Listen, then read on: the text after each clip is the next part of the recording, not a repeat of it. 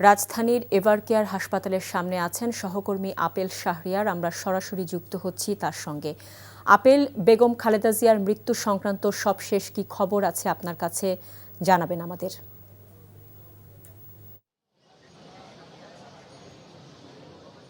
BNP chairperson Begum Khaleda জিয়ার মৃত্যুতে শোকের ছায়া নেমেছে। এভারকেয়ার হাসপাতালের সামনে নেতাকর্মীরা এসেছেন তাদের প্রিয় নেত্রীকে এক নজর দেখার জন্য। যদিও এখন হাসপাতালের ভিতরে প্রবেশ করার কোনো সুযোগ নেই, তারা বাহিরেই অপেক্ষায় রয়েছেন এবং বেগম খালেদা জিয়াকে এখন হিমঘরে রাখা হয়েছে এবং আগামীকাল যে জানাজা, আমরা যতটুকু জানতে পেরেছি হাসপাতাল থেকেই অ্যাম্বুলেন্সে করে সংসদের সামনে মানিক মিয়া এভিনিউতে যেখানে জানাজা অনুষ্ঠিত হবে সেখানে তাকে নিয়ে যাওয়া হবে। আপনি দেখতে পাচ্ছেন যে আমি এখন এভারকেয়ারের হাসপাতালের সামনে অবস্থান করছি। নেতাকর্মীরা এখানে অপেক্ষায় আছেন এবং শুধু যে নেতাকর্মী তারা নন, সাধারণ মানুষ তারাও এখানে এসেছেন এবং বেশ কয়েকজনের সঙ্গে আমি কথা বলেছি, তার মধ্যে বেশিরভাগই সাধারণ মানুষ।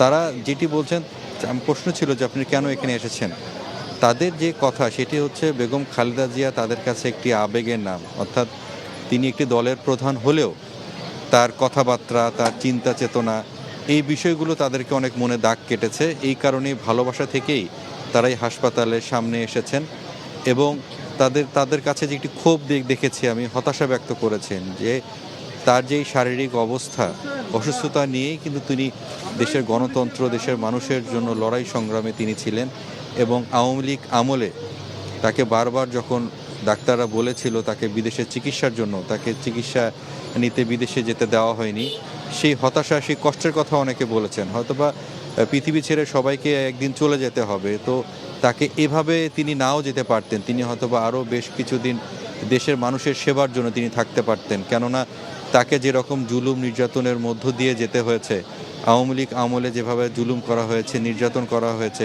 এমনকি তার যে বাড়ি ছিল, যে বাড়িতে তিনি দীর্ঘদিন ছিলেন ঢাকা ক্যান্টনমেন্টে, সেই বাড়ি থেকেও তাকে উচ্ছেদ করা হয়েছে এবং দেশের মানুষের জন্য তার যে ছোট ছেলে আরাফাত রহমান কোকো, তিনি যখন মালয়েশিয়ায় মারা যান এবং তাকেও যখন লাশটি নিয়ে আসা হয়, তিনি সেই মারা যাওয়ার সময় তিনি তার পাশে থাকতে পারেননি তার ছোট ছেলের, এবং তিনি দেশে এসেছেন এবং তার যে বড় ছেলে তারেক রহমান, তার বিষয়েও তার অনেক কষ্ট ছিল।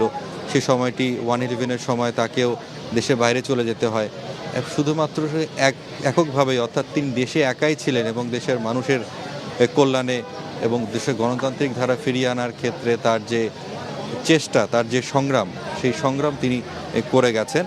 এবং এখানকার যারা এসেছেন নেতাকর্মীদের একটি আক্ষেপ রয়েছে, তারা আশা করেছিলেন যে জাতীয় সংসদ নির্বাচন আসন্ন হতে যাচ্ছে সেখানে বেগম খালেদা জিয়া তিনি আসলে সেই মনোনীত, অর্থাৎ তিনি ভোটে লড়তেন, লড়ে তিনি জয়ী হয়ে সরকার গঠনের ক্ষেত্রে তার বলিষ্ঠ নেতৃত্বের মাধ্যমে বিএনপি এগিয়ে যেত, সেই প্রত্যাশা করেছেন এখানকার নেতাকর্মীরা যারা এসেছেন।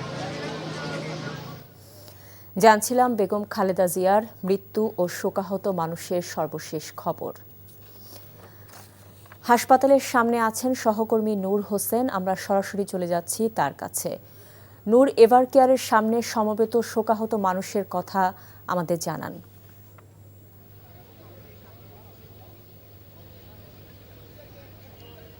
শাওন, বিএনপির চেয়ারপারসন এবং সাবেক প্রধানমন্ত্রী বেগম খালেদা জিয়ার মৃত্যু সংবাদ ছড়িয়ে পড়ার পর থেকেই এভারকেয়ার হাসপাতালের সামনের যে সড়ক, এই সড়কে শোকাবহ যে জনতা, তাদের যে উপস্থিতি, সেই উপস্থিতি আসলে বাড়ছেই এবং তাদের বেশিরভাগই আসলে খুবই শোকাবহ অবস্থায় রয়েছেন এবং তাদের অনেককেই কান্নায় ভেঙে পড়তে আমরা দেখেছি।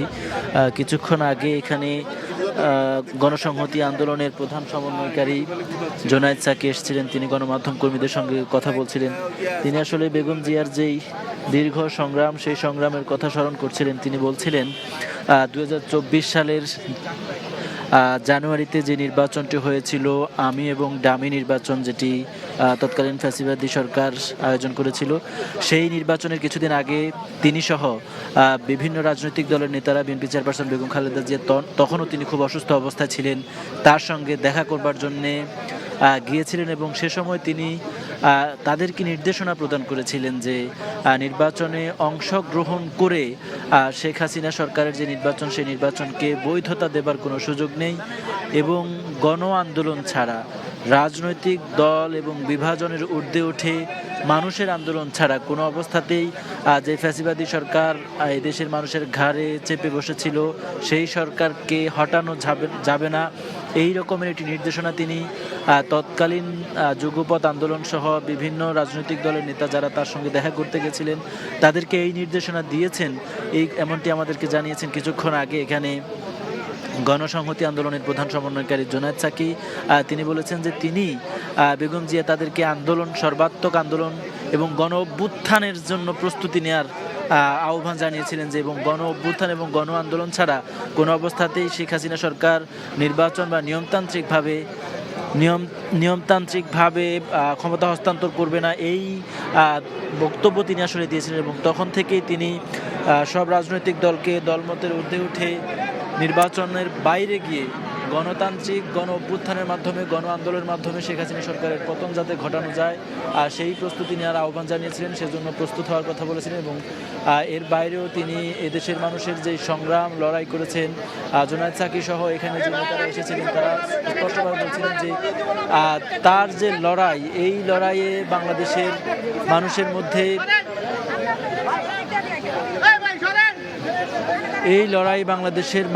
মধ্যে যেই আশা আকাঙ্ক্ষা তৈরি করেছে এবং সেটা সামনের দিনে এদেশের মানুষ আধিপত্যবাদ, গণতন্ত্র বিরোধী শক্তি, স্বৈরশাসন, ফ্যাসিবাদ, এই সব কিছুর বিরুদ্ধে যে সংগ্রাম করবে, লড়াই করবে, সেই লড়াইয়ের ক্ষেত্রে বেগম খালেদা জিয়া একটি অনুপ্রেরণা হয়ে থাকবেন, অনুপ্রেরণার উৎস হয়ে থাকবেন, এমনটা আসলে শোকাবহ মানুষ, সাধারণ মানুষ যারা এখানে আসছেন তারা যেমনটি বলছেন, বিভিন্ন রাজনৈতিক দলের নেতা যারা আসছেন তারাও ঠিক এই কথাটি বলছেন যে তিনি দীর্ঘ সময় ধরে অমর থাকবেন এবং অনুপ্রেরণার উৎস হয়ে থাকবেন। শাওন।